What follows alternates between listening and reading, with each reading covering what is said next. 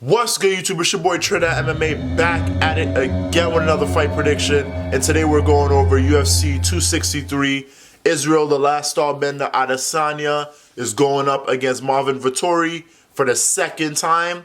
Israel fought Marvin on his come up early on. I think it was like his third fight in the UFC, third or second fight in the UFC, and he beat Marvin Vettori, picked him apart. Marvin Vettori landed a takedown in the last round, and I believe he won a round against Adesanya, but it was convincingly that Adesanya was picking him apart in the feet. But when he was able to get that takedown, he did hold him on the ground and win that round, but hold him for as long as he could, because I believe Izzy got back up. But yeah, so we're going over that fight. We're going over the Davison Figuerino versus Brandon Moreno. And then we're going over the Nate Diaz versus Leon Edwards fight. Those are the only three fights I know people give a fuck about, because those are the biggest fights on that card. I'm not going to go over the rest because, you know, who really cares? You're really here to see my predictions on the big three main fights. This is a great card. A lot of people, including myself, felt like Adesanya should be fighting Whitaker, but they gave Whitaker the option to fight. Whitaker turned it down because he just competed in a fight like 2 months ago. Not even 2 months ago, a month and a half ago against Kelvin Gastelum. And he's dealing with some injuries. I believe it's kind of fucked up that Adesanya camp is saying that Whitaker turned down the fight because, oh, he doesn't want to fight Stylebender. He's injured, man. The man just fought a 5-round fight, kicked the shit out of Gastelum, got hit, you know, like, he has bruises and, like the man just fought a 5-round fight with a top guy, with Kelvin Gastelum, you know, he's hurt, he's injured. He needs time to relax, he needs time to recuperate, he needs time to prepare for Adesanya, and they're saying, oh, he's scared, he turned down the fight because he doesn't want to fight Adesanya. The man is injured, he needs time to heal up. He just fought a couple months ago, like not even 2 months ago. So I feel it's kind of fucked up that Adesanya's camp is giving Whitaker shit for not accepting the fight. Even when he said after the fight with Gastelum, he said, yeah, I'm gonna need some time, but I feel like I deserve the Adesanya fight. You know, I have some nagging injuries that I want to handle, and then we could get that Adesanya fight. He didn't. He said that from the jump. He said that right after his fight with Kelvin Gastelum. So, fuck you, Adesanya. But yeah, man. Let's start our way with the Nate Diaz fight and the Leon Edwards. This is gonna be a good one. The winner of this fight gets to fight for a championship. Gets to fight for the welterweight strap against Kamaru, the Nigerian Nightmare, who is looking like the Nigerian Nightmare for real. Just fucking annihilating motherfuckers. But, yeah, so whoever wins this fight gets a shot at the belt. Nate Diaz, his last fight was... It's been so fucking long, I can't remember. But his last fight was Masvidal. Masvidal whooped his ass. And I'm a Nate fan, but Masvidal whooped his ass. If that fight kept going, Masvidal probably would have finished Nate, to be completely honest with you. Everybody's like, oh yeah, Nate gets started in the later rounds. But Masvidal was fucking him up already, dude. Like, Masvidal was torn with him. We all know who's the better striker in that fight. But enough of me getting sidetracked and stuff. Leon Edwards, the biggest bitch in the UFC. He poke, what's this guy name? He's actually fighting on the card also. He's fighting Damian Maia. Beldid, you know what I'm talking about, this guy. He's fighting Damian Maia. That was Leon Edwards' last fight. He freaking poked the guy in the eye, and the fight got stopped because it was a bad eye poke. And then this man has the nerves to say, I deserve the next title shot. My nigga, what? You just poke the opponent in the eye. Yeah, you was winning the fight. You had your good little moments. But you had to run that back. Don't talk about, I deserve the next title shot. Leon Edwards, man, to be completely honest with you, I cannot fucking stand that guy. I don't know if he has CTE or what, But this man says some outrageous shit that just doesn't make sense.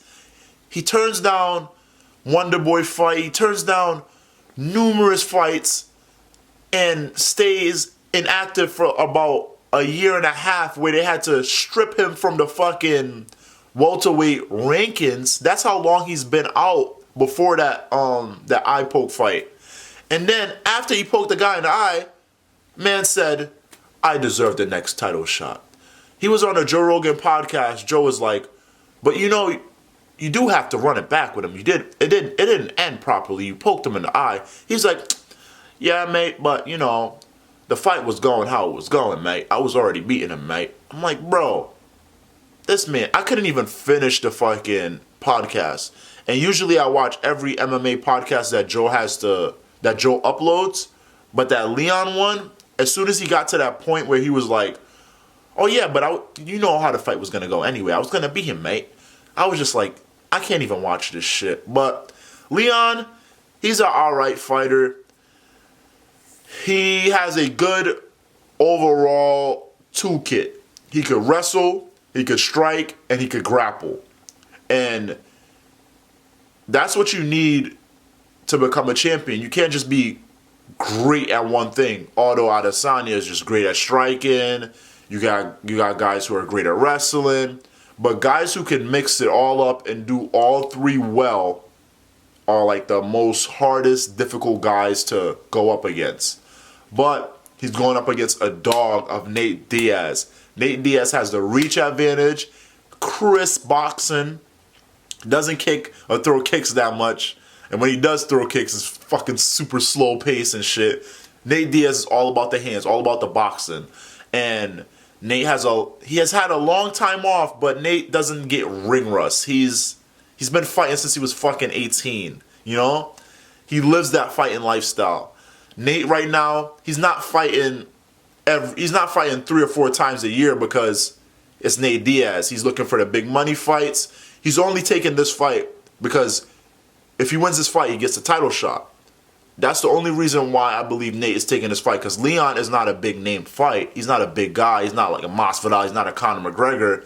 But Nate wins this fight, he gets to fight Kamaru Usman for the belt. Something that Nate has never got in his life, a belt. Although we could say, oh yeah, he beat Conor and he won the featherweight belt. I remember he was saying that, oh, I'm the featherweight champ now. But, alright, let me get down to the nit and grit of this fight. Nate Diaz boxing skills is way superior to Leon Edwards. Leon Edwards does have a nice kickboxing game. He has really crisp kicks, and his kicks, they just come up. They come up quick. He has a nice kickboxing game.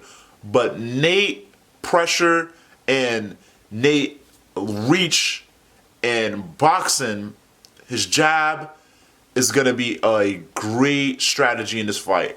And if the fight does go to the ground, Nate is a black belt in jiu-jitsu. Nate has strangled many people in his lifetime. And I believe Nate is going to piece up Leon on the feet, pick him apart, and then Leon, of course, being hurt on the feet, is going to go for the takedown, and Nate is going to catch him in a guillotine and finish his ass. That's my prediction on that fight. Let me know what you think. Let's move on to the next one. The next one is going to be probably the toughest one I'm going to have to predict today, because who knows how that shit's going to go. All we know is going to be a great fucking fight. The first time these dudes fight, I'm talking about Figuerino versus Moreno. Am I saying Moreno's? It's Moreno, right? It's Moreno. Yeah, it's Moreno. Moreno, yes. Why did I think I was saying it wrong? Moreno and Figuerino put the flyweight division on the map again. Henry Cejudo left and was like, the flyweight division was like about to be on its way out too. But these guys saved their division single-handedly. The first time they fought was one of the best fights I've ever seen in a long time. It reminded me of Joanna Jacek and Zhang Weili. It was that great of a fight, and I expect the same exact shit in the second fight. A fucking war. Guys, they're going to come ready, but these guys are so evenly matched. That's why it's going to be a war. They're so evenly matched. They're so fast and explosive. They're so well-rounded. They're so hungry. Moreno is Mexican, man. They don't fucking quit. Just think about that. They don't quit. And Figuerino is a fucking young fucking God of War warrior. He's a fucking assassin. A fucking assassin. Yeah, so I feel like this fight is going to be great. It's going to be all fireworks. But if I had to put my money on the fight, if I had to pick a fighter, I would pick Figuerino. Figuerino has that power, has that explosive, fast twitch power and speed. And I feel Figuerino is going to come way more prepared for this fight, because the first fight, it wasn't short notice, but it was a quick, super quick turnaround for him. Because he had just beat, I forgot that guy's name, but he had just beat somebody, and it was a quick turnaround for the Moreno fight, for the first fight. And I felt like he didn't have enough time to prepare. We could say the same thing about Moreno. Moreno's a young, good up-and-coming fighter. He's, I believe he's a Tuesday night contender winner, but he doesn't have the experience as Figuerino. Figuerino is a fucking monster. Same as Moreno. But Figuerino just has that, he has more experience and he has that power. I don't believe Moreno has power. He has heart, he has will, he has a great skill set, great young fighter, great energy, great well-rounded toolkit, but Figueiredo is just on another level. And it's going to be a close fight. I'm saying he's on another level. I'm bigging him up like, you know, he's a top shotter and shit, but it's going to be a close fight, but I believe Figueiredo has what it takes to edge it out. And he's going to come in there and be more relaxed, more calm. He's not going to waste all his energy as he did in the first fight and just slugged it out with this guy. He's going to be technical. I even see Figueiredo finishing this guy, man. I see Figueiredo finishing Moreno in the 4th round. That's my prediction. Comment and let me know what you think. Now, let's move into the main event. Israel Adesanya versus Marvin Vettori, Part 2. Izzy's just coming off of a defeat against Jan Blachowicz. Bullish power! He's coming back. He's coming back. In his head, he's coming back for an easy fight against Marvin Vettori. No disrespect to Marvin Vettori. Izzy feel like it's an easy fight because Marvin Vettori hasn't beat anybody in the, well, he's beat Jack Hermanson. Jack Hermanson's top 10 in the middleweight division. But he hasn't beat no top 5 fighters in the middleweight division, like Whitaker. He really doesn't deserve this title fight. It's just Adesanya trying to be active, trying to catch an easy paycheck. And I'm not trying to disrespect Marvin Vettori and call him an easy fight, but I'm just saying that's what Izzy thinks. Hopefully Izzy's not underestimating Marvin Vettori, because Marvin Vettori's gotten a lot better. In that Jack Hermanson fight, he did brawl with Jack Hermanson a little bit. He got caught against Jack Hermanson. And if you're getting caught against Jack Hermanson and it's not a close fight, but Jack Hermanson is hitting you and Jack Hermanson is doing his thing against you too also, just imagine what fucking Izzy's going to do. Izzy is the best striker in the UFC division right now. In the UFC, hands down. His kickboxing skills is amazing, you know. I can't stand him sometimes, but I respect his greatness and I respect his striking. His striking is top class. There's nobody else like the last stylebender in terms of striking. And I believe I hope Adesanya is not taking this fight as an easy fight. I hope he's actually preparing hard and preparing for everything Marvin Vettori has to bring. In the first fight, like I said, Izzy picked him apart for 2 rounds, and then in the 3rd round, Marvin Vettori landed a takedown and controlled most of that round on the ground. Marvin Vettori against Jack Hermanson, he took him down a couple times, but mostly he stood up and brawled with him and landed some good shots, slipped and ripped. But against Kevin Holland, he showed that he cannot stand with linky strikers. He cannot stand with guys who has a longer reach than him. Because Kevin Holland was picking him apart on the feet. That's why he had to take him down. Izzy's not going to be that easy to get taken down. I know he has that confidence in his head from the freaking first fight. He landed that single leg and took him down. But it's not going to be that easy. Although I do believe Vettori's game plan is to make this fight dirty, make this fight nasty, make this fight dragging, and make this fight as dirty as possible. You know, when I say dirty, I mean like rugged, freaking clinch him up against the fence, wear him out, shots to the body, take him down, ground and pound, let him get back up, take him back down again. A lot of fighters don't know, well, a lot of casual fans don't know that that style of taking a guy down, letting him easily get back up, and then dragging him back down again, that takes a lot out of you. If you train, you know how much that takes out of you. That's like, the perfect way to call it is the Kobe Covington style. Kobe Covington is not trying to take you down and hold you down and ground and pound you.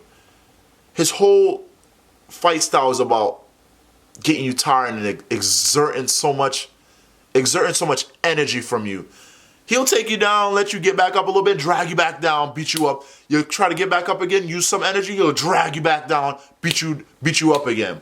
It's a great fucking game plan, and it could work against Adesanya. Marvin Vettori, his game plan, just to let you guys know right now, is not to stand up with Izzy and strike with him. His whole thing should be make it dirty. Get him up against the cage, DC style, and land body shots. Do not headhunt. Land body shots. The whole plan should be to get Izzy tired and make this fight nasty. But can he do it?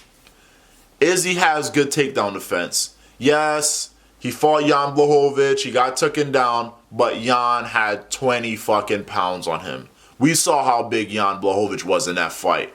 Props to Jan Blachowicz for surviving on the feet. So he's so underrated, so fucking underrated, but I won't go too far into Jan. But can Vettori do the same thing that Blachowicz did? I don't think so. I really don't. I believe he's going to put on a way better fight than the first one. It's going to be close. Trust me, it's going to be close. Izzy's not going to just go in there and storm Vettori. Vettori has that hunger in him, man. And I'm going to pick Adesanya to win this fight because it's just the most obvious thing to do because of his track record. He's beat this guy before. Vettori hasn't beat a top 5 guy. He hasn't beat guys like Kelvin Gastelum, Jared Cannonier, Paulo Costa, Robert Whittaker. He hasn't beat these top 5 middleweights. He hasn't. He's beaten Kevin Holland, who's not even fucking ranked top 10, and he's beaten Jack Hermanson, who's probably top 10 right now. So it doesn't compare to Izzy's track record. You know, I'm not just throwing shit, talking shit because, you know, Izzy's good at striking. Izzy's track record speaks for itself. Kelvin Gastelum, Robert Whittaker, Paulo Costa, Marvin Vettori. I know I'm forgetting a great one right here. Who am I forgetting? There's so much more. Israel Adesanya has cleared out the entire... He's beaten everybody in the top 5 of the middleweight division, except for Jared Cannonier and Darren Till. But Marvin Vettori is going to bring his top game. But will it be enough? I don't think so. I see Izzy finishing Marvin Vettori in the 3rd round. Vettori's going to go for tons and tons of takedowns. I even see Izzy trying to throw up a submission. Because Izzy's going to get taken down in this fight. At least once or twice. Vettori is game. Vettori is as hungry as they come. And I believe Vettori is willing to fucking die in there too, man. This is going to be his first title fight. This is going to be his 2nd time he's fighting Izzy. And I believe he's going to leave it all out. But Izzy just has what it takes. His toolkit is, it's just, his striking is unbelievable, man. And if Vettori could pull off this upset, you know, I have nothing else to say. But I'm just going off of what each fighter has done so far. And Izzy has done way more, even though he's coming off of a loss. He's done way more, and he's proved to us fans that he's that shit. He's the man. He's that guy when it comes to striking. He's that guy at his weight class. Don't get it fucked up. He moved up to light heavyweight, didn't put on weight, and got his first L. He didn't get fucking hit the shit beat out of him. It was a competitive fight up until the 4th or 5th round when Jan was like, yeah, let's take this motherfucker down. Let's not forget who Izzy is, man. Let's not forget. But, yeah, like I said, Israel Adesanya, 3rd round, TKO. But look for Izzy to throw up submissions because he's been rolling. He's been doing a lot of jiu-jitsu. When Izzy gets taken down, look for him to throw up a submission, and he might surprise you with a submission. That's all I'm saying. He might surprise you. But, guys, let me know what you think about this video. Man, I love doing these shits, man. And, you know, I just love talking about fights. I love talking about UFC. I love talking about MMA. I love talking about kickboxing. I even love talking about jiu-jitsu.